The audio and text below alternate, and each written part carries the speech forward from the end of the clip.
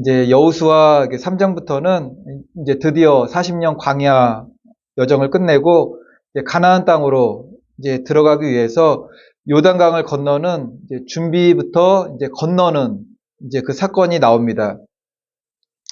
이제 가나안 땅에 들어가는 여정에서 어떻게 보면은 이제 마지막 관문을 통과하는 거죠. 물론 가나안 땅에 들어가서도 7년간의 정복 전쟁이 있지만 이제 요단강을 건너야지 광야 생활이 딱 끝이 나게 되는 겁니다. 요단강을 진을 치고 있습니다. 요단강은 죽음을 상징합니다. 정말로 이스라엘 백성이 요단강을 건널 때는 광야에서 불평, 원망했던 1세대들이 다 죽은 다음에 요단을 건너게 되었습니다.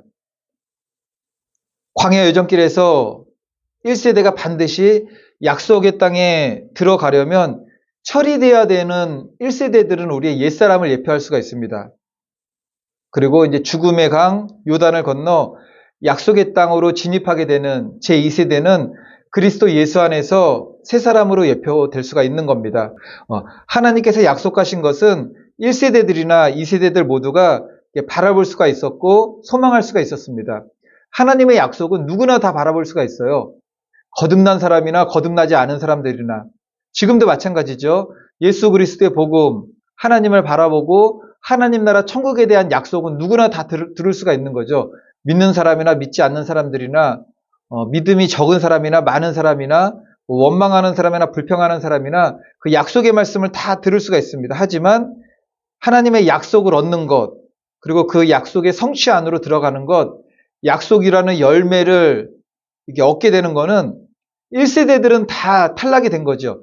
2세대들만 들어가게 되었다라는 겁니다. 그러니까는 우리의 옛사람은 우리가 지금 예전에도 옛사람이었고 지금은 이제 변화되고 거듭나는 이제 그리스도인으로 살아가는 거죠. 어쨌든 누구에게 모두에게 하나님의 약속이라는 것은 주어지게 되지만 그 약속의 성취 안으로 들어가는 것은 그리스도 예수 안에서 요단강을 건넜던 제2세대들만 가능했다라는 겁니다. 죽음을 상징하는 요단강을 건넌다는 것과 하나님의 약속 안으로 들어간다는 것, 하나님의 약속의 성취를 보는 것 모두가 같은 의미입니다. 그렇다면 우리가 이게 믿음이 열리죠. 그리스도 예수 안에서 새 사람이 되어야 된다라는 것입니다. 요단강은 죽음이죠. 그래서 어떻게 보면은 홍해바다를 건너는 것도 세례를 예표할 수도 있지만 요단강을 건너는 것은 진짜 세례예요. 완전히 죽어지는 복음 안에서 거듭난 그리스도인이 되어야 한다라는 겁니다. 이제 4절 말씀 한번 보겠습니다. 4절 보면은 이제 요단강을 건너가게 될 때 하나님께서 지키라고 말씀하신 명령입니다. 4절 보면은 그러나 너희와 그 사이의 거리가 2000규빗쯤 되게 하고 그것에 가까이 하지는 말라. 그리하면 너희가 행할 길을 알리니 너희가 이전에 이 길을 지나보지 못하였음이니라 하니라. 요단강을 건널 때 어떻게 건너야 되느냐? 언약궤가 앞에 가는 건 우리가 다 알고 있는 거죠. 언약궤와 그 거리의 사이를 2000규빗쯤 되게 하고 우리가 성막을 보면서 1규빗이면은 45cm부터 50cm라고 하는데 계산하기 쉽게 50cm라고 하면은 1규빗이 50cm니까는 2000규빗이면은 한 1km 정도 거리가 되는 거죠. 그러니까는 언약궤가 제사장들이 맨 언약궤가 앞서서 가게 되고 한 1km 후방쯤에 이스라엘 백성들이 따라오게 되는 겁니다. 그럼 하나님께서는 왜 이토록 2000규빗이나 되는 먼 거리를 두고서 따라오라고 하였겠습니까? 가까이 하지 말라는 거였죠. 이제 여기에 대한 우리가 의미를 한번 생각해 본다고 하면은 언약궤가 그처럼 멀리 정말 1km면은 가까운 거리는 아니잖아요. 먼 거리예요, 먼 거리. 근데 지금 우리가 사는 이곳에서는 다 건물에 가려져 가지고 조금만 가도 다 시야에 가려지겠지만 광야는 또 그렇지 않습니다. 넓은 광야에서는 1km가 가까운 거리는 아니지만 다 시야에 들어오는 거죠. 다 시야에 들어오는 거리입니다. 여기서 한번 생각해 보면은 언약궤가 그처럼 멀리 앞서서 행진한다라는 것은 엄청난 숫자에 거의 200만 가까이 되는 숫자라고 볼 수가 있는 거죠. 100에서 200만 엄청난 숫자입니다. 모두가 볼 수 있다라는 겁니다. 그렇게 떨어져 있으면은 모두가 볼 수가 있는 거죠. 만약에 언약궤 뒤에 바로 뒤따라간다면은 바로 뒤따라가는 사람들이야 눈앞에서 보겠지만 그 뒤에 있는 사람들은 시야에 가려가지고 언약궤가 진행되고 있는 그 상황을 보지 못할 겁니다. 언약궤를 보고 가는 것이 아니라 그냥 사람 뒤통수를 보고 가는 거죠. 뒤통수를. 우리도 어디 뭐 유명한 것을 딱 보게 될 때 사람들이 굉장히 많이 몰려 있으면은 앞에 사람만 보고 뒤에 있는 사람들은 뭐 의자를 대고 올라가든가 뭐 까치발을 들고 보든가 그렇게 몇 번 시도한 다음에 그 뒤에 있는 사람들은 전혀 볼 수 없는 상태가 됩니다. 그런데 1km 앞에 있는 거죠. 그리고 거의 100에서 200만이나 되는 백성들이 다 바라볼 수 있는 겁니다. 그 광경을 갖다가. 먼저 우리가 생각해 보는 것은 2000규빗의 그 신앙적인 의미. 사람은 본성적으로 죄인입니다.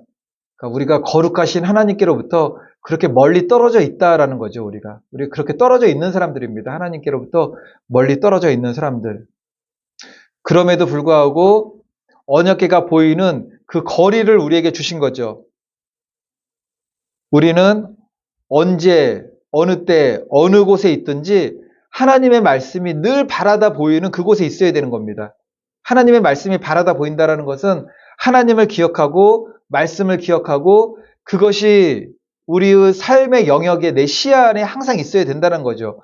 무엇을 보든지 무슨 일을 하든지 하나님의 말씀이 보여야 되는 겁니다. 먹든지 마시든지 무엇을 하든지 하나님의 영광을 위해서 하는 거죠. 이것은 곧 언약궤의 시선이 고정됐다는 것은 예수 그리스도께 시선이 고정되어 삶을 살아간다는 거죠. 예수님을 바라보는 삶이 되는 겁니다. 이것이 곧 주님과 동행하는 삶이 되는 겁니다. 이제 15절 말씀 한번 보겠습니다. 15절. 요단이 곡식 거두는 시기에는 항상 언덕에 넘치더라. 궤를 맨 자들이 요단에 이르며 궤를 맨 제사장들의 발이 물가에 잠기자.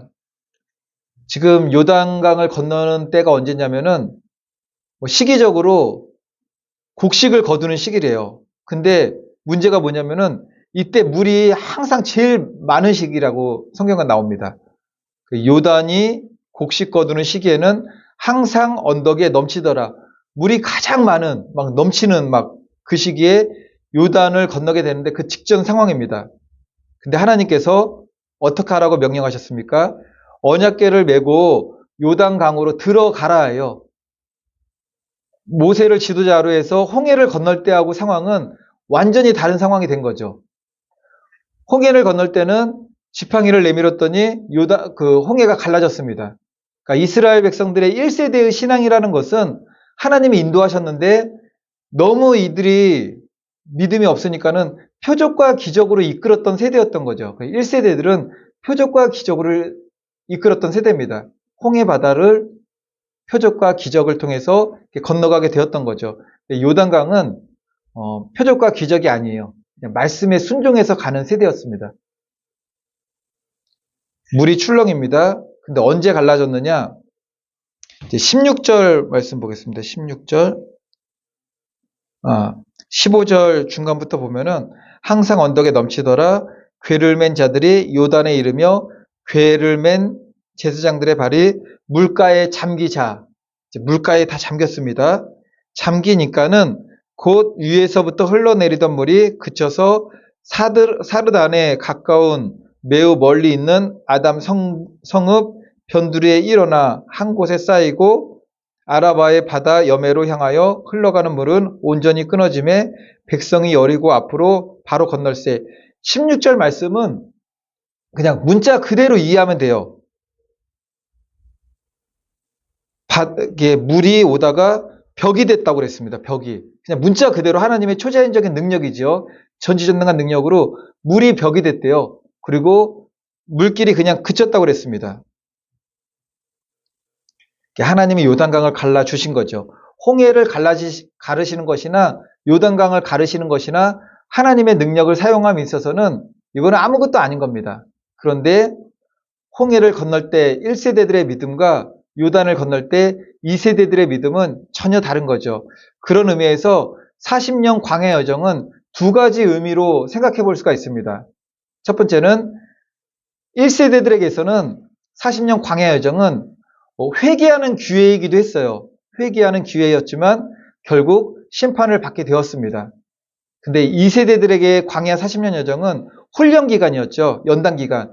그 과정을 거치면서 정말 여호수아 세대로서 가나안 땅을 정복할 수 있는 정말 빛나는 그런 믿음으로 성장할 수가 있었던 것입니다. 바라기는 저와 성도님들 모두 1세대의 믿음은 표적과 기적을 따르는 믿음으로는 결코 하나님 앞에 감사와 순종으로 그 믿음의 길을 갈 수 없다라는 거죠. 눈에 항상 보여야 돼요. 간증을 주지 않으면은 아주 막 어떻게 안절부절 못하는 거죠. 하나님께서 우리에게 원하시는 성장하는 믿음, 거듭난 믿음이라는 것은 말씀대로 행하고 난 다음에 끝까지 인내함으로 믿음을 행한 다음에 하나님께서 약속의 성취를 보게 하는 믿음입니다. 그 믿음으로 날마다 정말 승리하시는 우리 오직 예수교회 성도님들 되시기를 주님의 이름으로 축원을 드리겠습니다.